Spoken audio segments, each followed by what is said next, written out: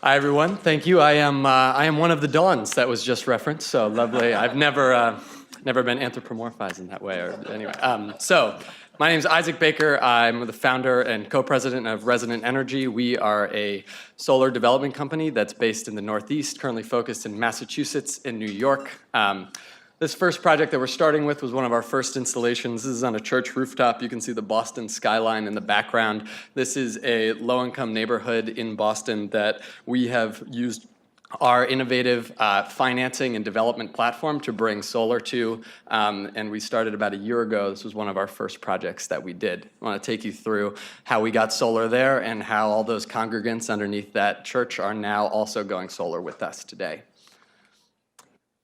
So first, to talk about the problem that we came into. I've been working in both commercial and residential solar for the last 5 years now. What we've seen, and we've heard Solar City, many other developers reference, a lot of what's happened thus far has relied on long-term contracts that are either loan or a power purchase agreement. They require $25,000 on average for a homeowner to buy solar, or a 680 credit score to get a 10 to 20 year loan or power purchase agreement contract.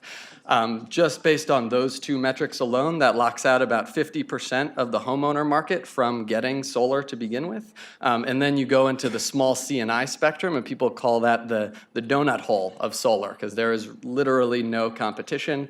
Nobody is trying to give a church, nobody's trying to give the small business, or even medium commercial, anything between residential all the way up to that Amazon warehouse. There's a huge donut for financing and development and solving for these projects.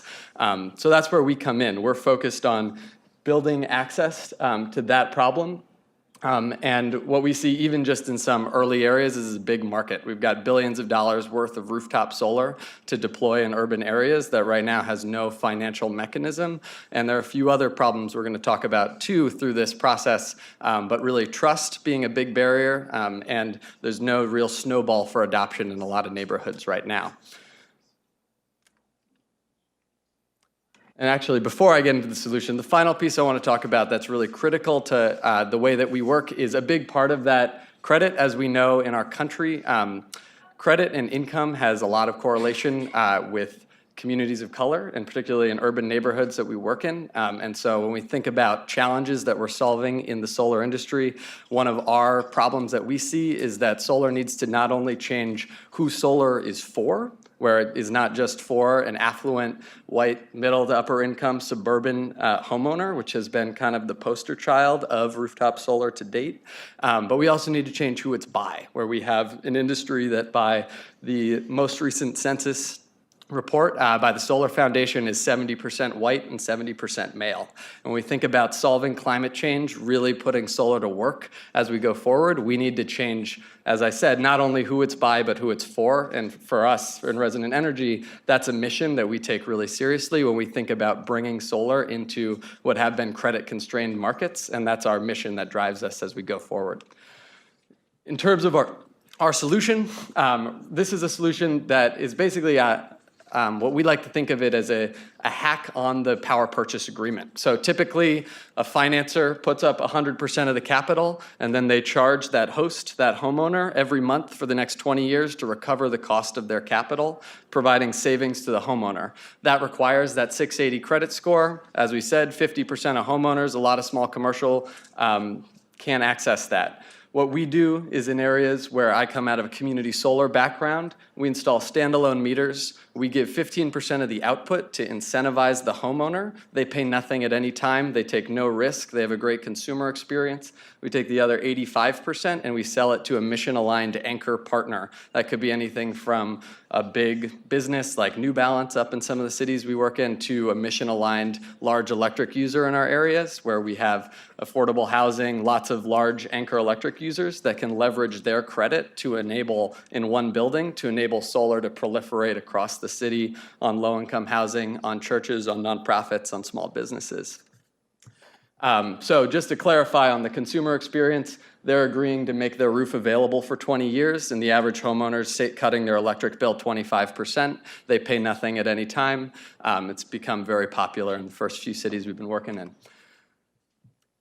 terms of how our company works, we're a development platform. We sit between capital, term owners, and operators of these systems, and then a mix of go-to-market strategies. Our main focus in some of the credit-constrained neighborhoods we work in are community organizations and community partners that are already really well networked and established in those communities. So we're going with houses of worship, community development centers, and a lot of these places where you have community partners that are very well positioned to get the product out into their consumers' hands and see it as their mission to do so, and often don't even charge for working with us and are excited to work with us because they see it as part of furthering their own mission. We also work directly with contractors and who want to be working in new markets as well.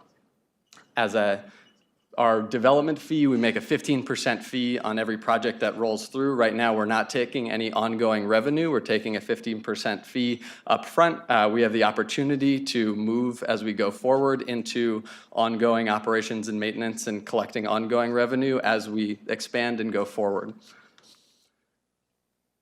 In terms of our strategy, we're leveraging big data as we work in cities. We like to say we go deep in cities, so a lot of folks want to go immediately national. We find that when we're working in cities, we can get full data sets and really do a smart and complete development. So we're talking everything from solar access to municipal permit data. We know every building in a city that's had a roof replaced in the last 10 years. We know what its owner occupancy is like and who the owner of that building is, and we have a lot of data about how to access that decision maker on every given rooftop and whether they've got the right criteria.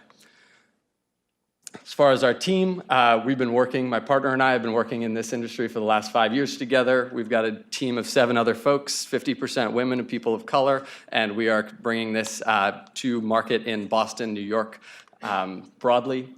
Over the last year, we've contracted 900 kW worth of projects. We raised our first $200,000 and built it, and we are now raising $500,000 to expand and go into a few new cities in the next 6 months.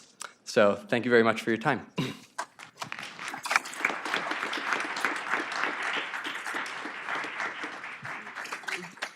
Just one point of clarification, Isaac, or should I say Don? My question to you is for a clarification question, your market is urban, not rural per se, or at least your initial market? We have a lot more data to work with urban, so we can work anywhere, but we prefer these concentrations in cities. That's fine. The question is about your capital formation strategy. Are you going after the socially responsible impact investor as your capital base, or are you going after the red meat eaters? Great question.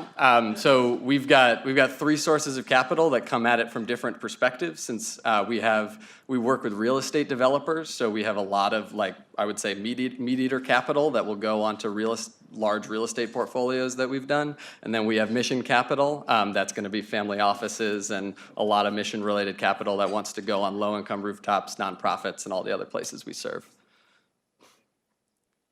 Who do you negotiate with in these multi-residential buildings? Is it a board of directors, management team?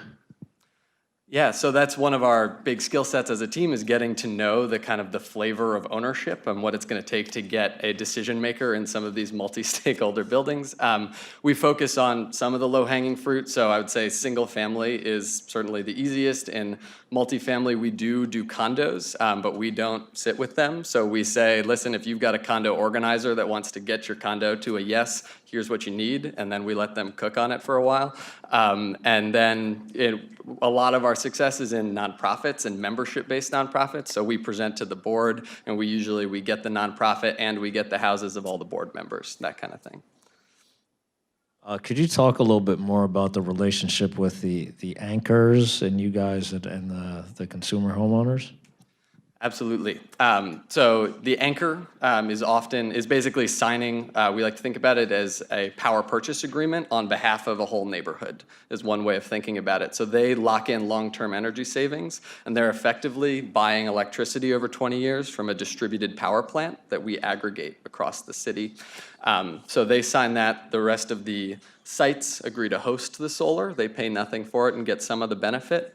And then we make money just as the transaction happens. We close on financing when we have an off-taker in this set of sites. We get 15% of that. The rest pays the contractor to get the panels up there.